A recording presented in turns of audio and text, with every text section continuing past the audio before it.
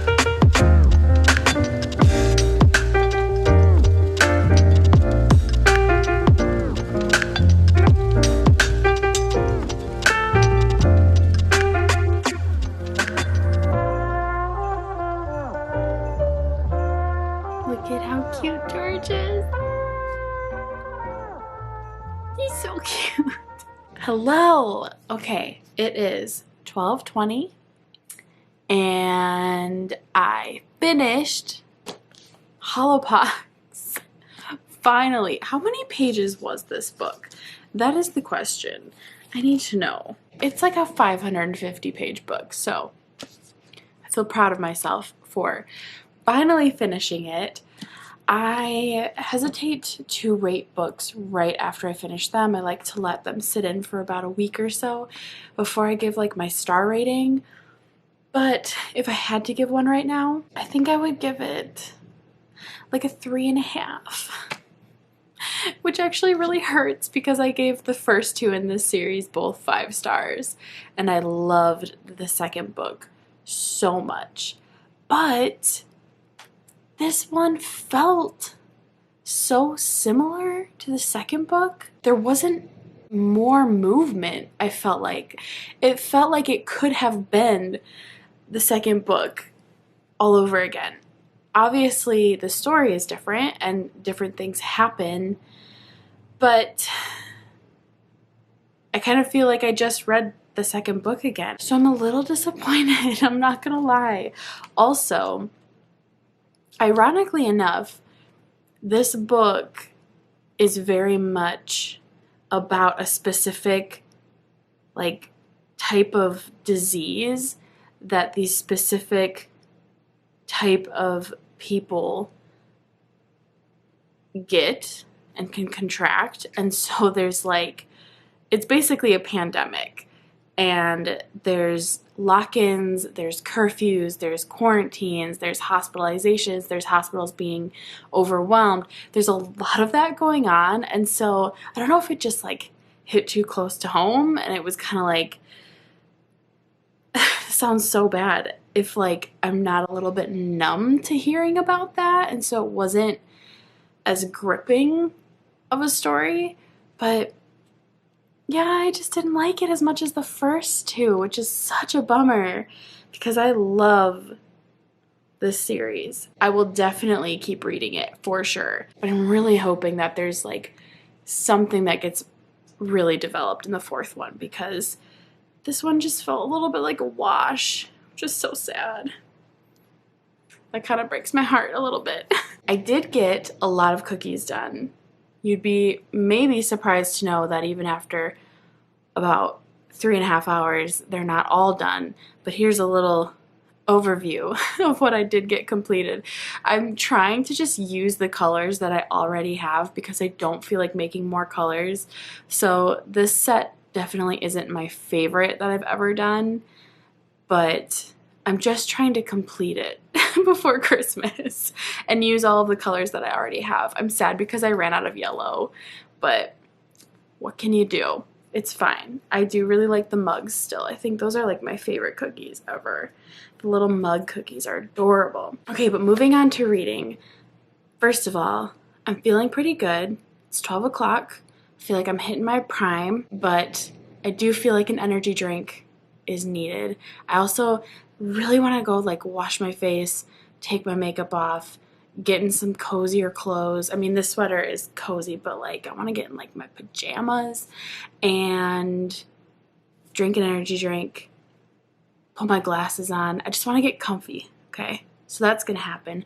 Also, my friend, my sweet friend Liv from Liv's Library, you guys know her, you love her. If you don't, her channel's linked below. She's just one of my absolute best friends, and she sent me 2 books for Christmas, and I got them today. She sent me My Sister the Serial Killer, and I have wanted to read this book for so long. I've heard that it's really good, so I'm so excited to read that. And then she also sent me Anne of Green Gables, the graphic novel. I'm really excited about this. Look how cute. I might read this. I'm kind of feeling this. It looks a little bit springtime, but also there's some like wintry scenes. I actually have never read Anne of Green Gables, nor have I watched the movie/show series. I know that there's something out there. I do really want to read the graphic novel. I've heard really good things, and the graphic novel just looks so cute. So I think I'm gonna start this. I'm gonna go wash my face, cozy clothes, crack open an energy drink, and probably read about half of this.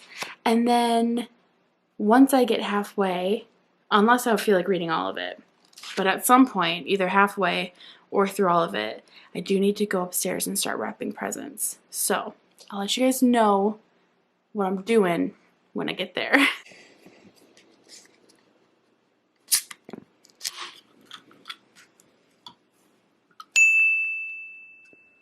Hello, I'm back.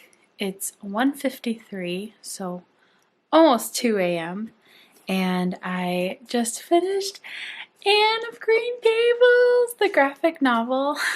I don't know why I'm like, my voice is getting so high, but I really liked this, like, a lot. I've always heard of Anne of Green Gables, and I think when I was really young, my grandma talked to me about Anne of Green Gables, or maybe she had like books and she like wanted me to read them, but I think as just like a young kid, it wasn't something that really interested me. But reading this graphic novel, I totally want to read like the actual series now. And I'm not even a huge fan of reading like classic type books, but I love her character and like her spunk and her imagination, her tenacity, her like sassiness. I just love everything about her. I want to be her. I have a feeling this graphic novel was kind of like the abridged version of a lot of like the important things that happen in some of her stories. I just really liked this a lot. Pleasantly surprised, like 5 out of 5 stars. I absolutely loved this. And I also really want to watch, I think it was a Netflix show, Anne with an E.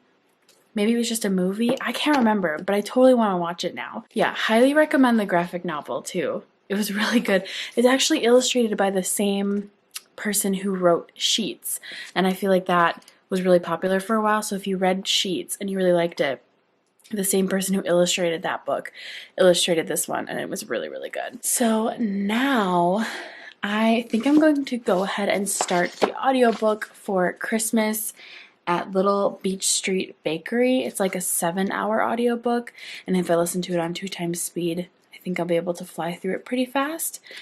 I drank that energy drink. I'm feeling pretty good for it being 2 in the morning. I have a feeling that I might not make it through the whole book, but I'm gonna try. I am gonna go upstairs into my craft room and start wrapping Christmas presents because I have a lot to wrap and I haven't even started. And Christmas is in like, oh my gosh, Christmas is in like 6 days. So I really need to get started on that. I'm actually really excited. I love wrapping presents. Let me know in the comments, do you love wrapping presents or do you hate it? Because I can also see how after a while it gets kind of annoying, or if you just don't enjoy it at all, it kind of just seems like a really bad chore. But I really like doing it, so I'm very excited to start. I will let you guys know what I think about this book more when I get into it. I'm definitely intrigued. I think it's going to be a really cute, like, Lifetime cheesy Christmas movie type book, which I absolutely love, especially this time of year, so I'm ready. Thought I could give you guys a glimpse into my craft room. It is super messy and basically just a storage place with some crafty things around. There are all of my embroidery hoops. Just a pile of various things. All of my gift wrapping things. It's just complete chaos in here. It's not cute. It's really not cute. But it is a craft room and serves its purpose. Hi. Oh, the lighting in here is not good. Okay. Well, no, any way you look at it, it's not good. It's about 4 a.m. I'm pretty tired. I've got 5 hours left of the audiobook for Christmas at Little Beach Street Bakery. I've been listening to it on 2 times speed, and it's pretty much just as bad as I thought it would be. It's pretty bad. It is very, like, cliche. The characters are all complete stereotypes. There's one guy who is like the antagonist, and nobody would put up with like the stuff that he's doing or saying. He's basically like treating his fiance like absolute garbage, like telling her to like go make him food, like bossing her friends around, and they're all just like, oh, that's that guy, but he has a lot of money and sometimes helps, so that's okay. It's so weird. Why would anyone ever let that guy do or say those things? It's really bad. Yeah, and I'm not getting a lot of like Christmas time vibes, so I'm a little disappointed by it, honestly. But I think I'm gonna finish it tomorrow because I already started it and it's not very long. But it's pretty bad, you guys. I honestly can't even really get the gist of what's happening. So there's also that. I'm gonna go to bed though because I'm tired. I did get some presents wrapped though. I have to show you guys this one that I just love. This year I really wanted to do yarn and like pom-poms and use some of my dried oranges for part of wrapping. And look at how cute it is. I'll do some better shots tomorrow, but I'm obsessed. So cute. So cute. Why did I never think to use yarn as like ribbon? It's just so dang cute. Anyway, very excited about that. I'm gonna hit the hay, try and get at least a couple of hours of sleep, and then when I wake up, it's back to reading and doing all the Christmassy things. Good morning! Happy Sunday! I got a full 5 hours of sleep and I feel really good, surprisingly, for someone who claims that they need like 8 hours. I actually feel pretty good on 5. Not that I should be getting used to that, but I did sleep in a little bit, got some rest, feel really good. I am making my first caffeinated beverage of the morning, which is my favorite tea. Surprisingly, it's not David's tea actually. It's this Good Earth sweet and spicy tea. I find this at Walmart. When I tell you it is the most flavorful tea you will ever try, it's so good. They have a caffeinated and a non-caffeinated version. I like to drink this every single morning, and I actually mix it with 2 tablespoons of apple cider vinegar because apple cider vinegar really helps my like stomach and like digestive system. So I love it. I've been doing it for a couple of years now. And this combination, actually, apple cider vinegar is super hard to get down. Like a lot of people can't do it straight. I've tried it straight and it's not a good time. And you're actually not supposed to do it just straight, like a shot, because it can burn your like esophagus. So you're always supposed to dilute apple cider vinegar if you drink it. Apple cider vinegar mixed with this tea is just like, it's like a really yummy, warm apple cider kind of drink. It's really good. I highly recommend. Anyway, that's gonna be my first caffeinated beverage of the morning so I can get on with reading and all of the goals that I have today. I actually woke up this morning wishing I could be reading Nevermore. So I think that I actually liked Hollowpox more than maybe I think I did. I am sad that the story still hasn't progressed more than like that I want it to, so I stand by that.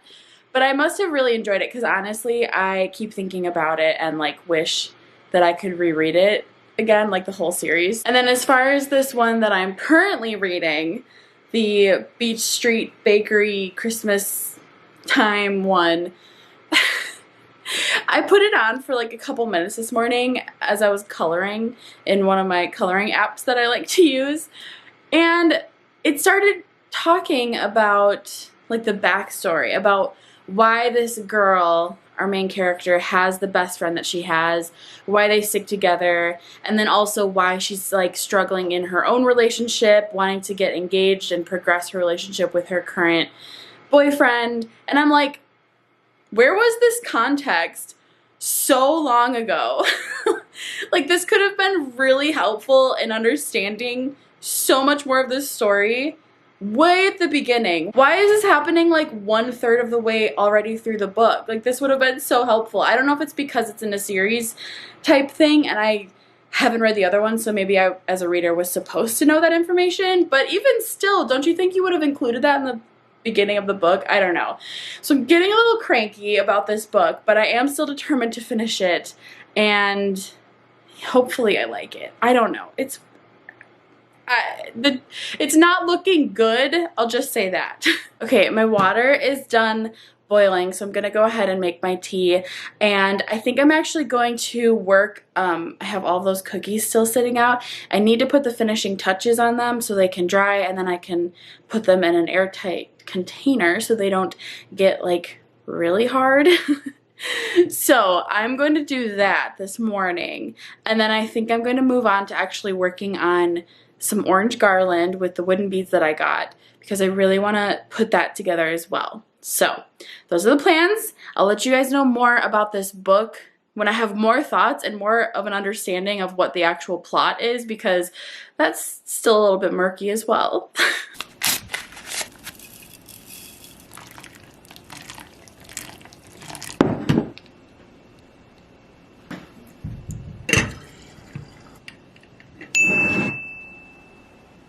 Hello, it is 2 o'clock and I just finished Christmas at Little Beach Street Bakery by Jenny Colgan, and this book was not good. It was not good. I'm trying to think of positive things to say before I talk about the things I didn't like, but it's really hard. I will say that I kind of liked the ending, as it was an ending that I would expect from a fun, contemporary romance book or story, especially this time of year. I don't know if it's because I don't read a lot of adult romance, and this wasn't a steamy romance. Side note, I talked about how I wasn't sure if that's what this was, but it wasn't. It was just purely contemporary. I don't read a lot of adult contemporary, so I'm trying to figure out if like it's just me. Oh, what is my hair doing? Hang on. It's one of those hair days, isn't it? I don't know if it's because I haven't read a lot of this genre, but this is just so ridiculous and annoying and not good. Okay, all right. Let me tell you about this book. I might have to do some spoiler things, honestly, because you guys just have to know how much I did not enjoy this. First of all, let me say, I did say earlier that this might be a part of a series or a trilogy, which, if that's the case, I was under the impression that it was okay to read this book without the other ones, because in the very beginning of this book, it literally says, "Dear reader, thank you so much for picking this up, the last in the Little Beach trilogy. Probably.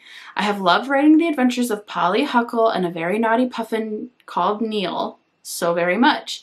If you are new to these stories, honestly, you don't need to know very much. Polly moved to the tidal island of Mount Polburn when her business failed and has built a new life." So she gives like a rundown to catch the reader up. And I read it and I was like, okay, seems pretty simple. She decided to start her own business, her own bakery, and that was a big success. Now it's Christmas time. She has a boyfriend that she loves very much, and that's kind of where we are. Also, she has a pet puffin. She has a pet puffin, and they live in a lighthouse.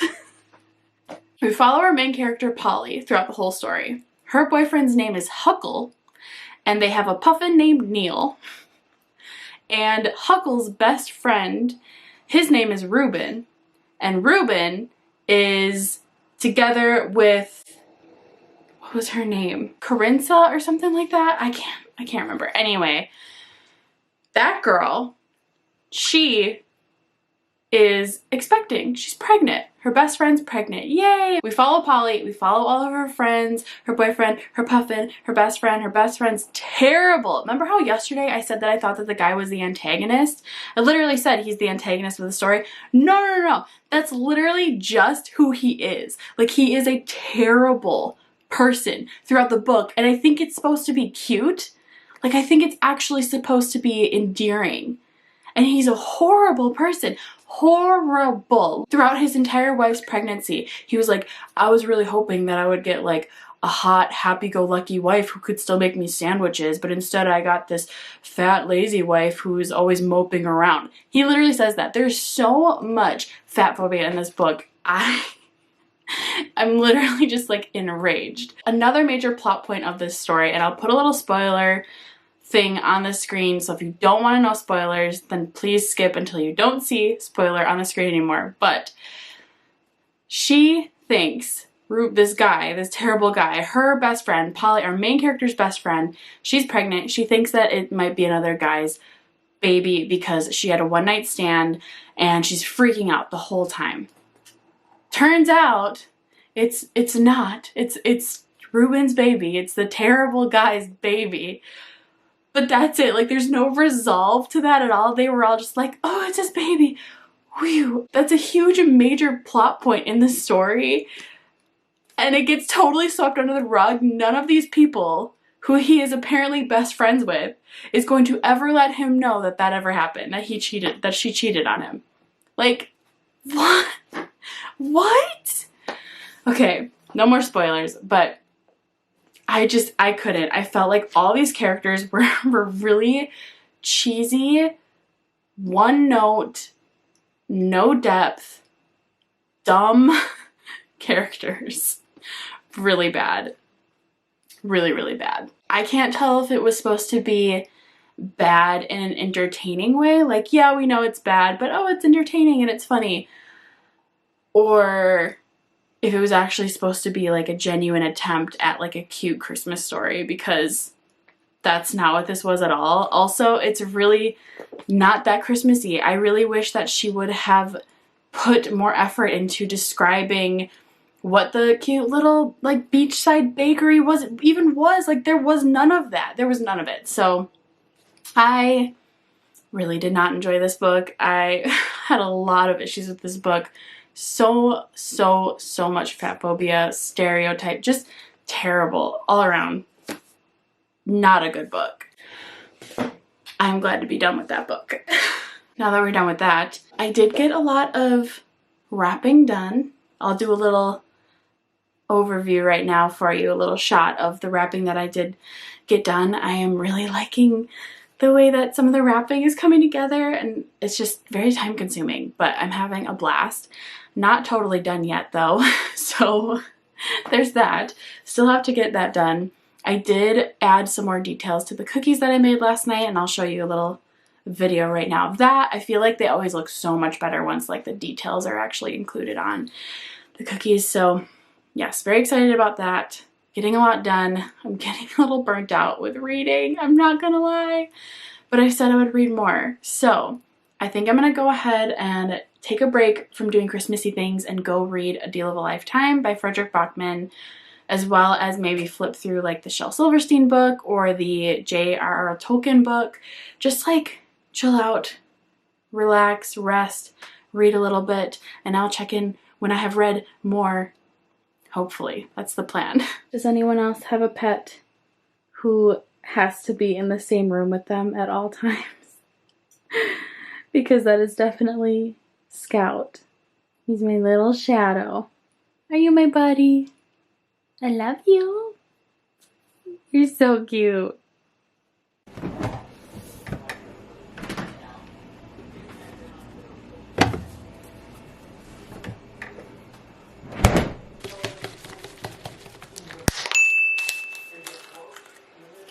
Hello, it is 9:20 p.m.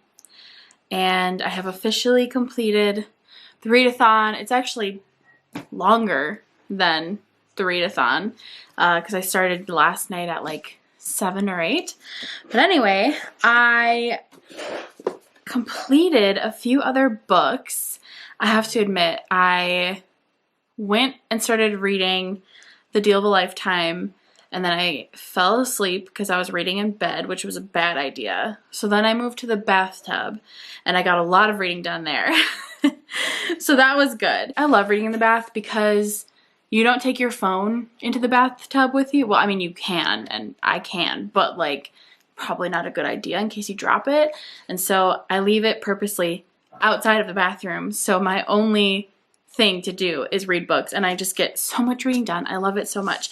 So anyway, I actually ended up reading 4 more books.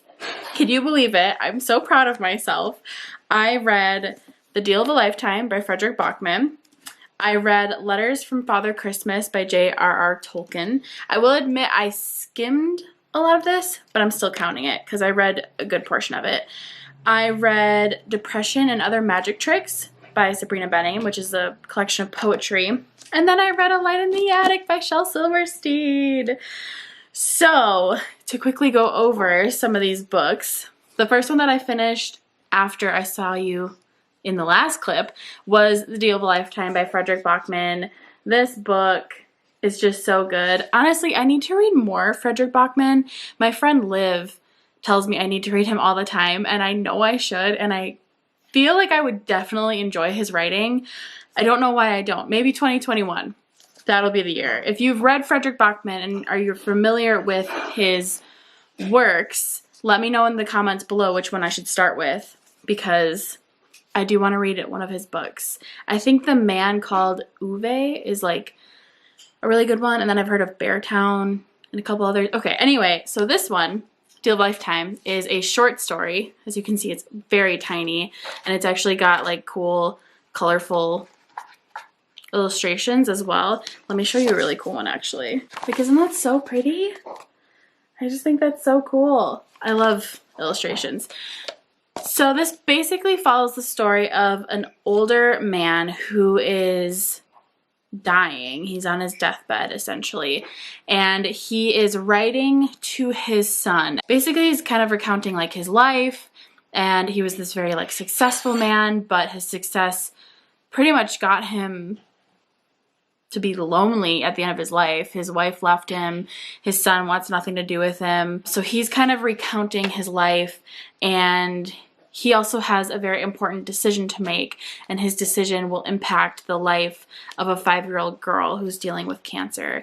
And that's really all I want to say. It's a very touching story. It's very poignant for this time of year.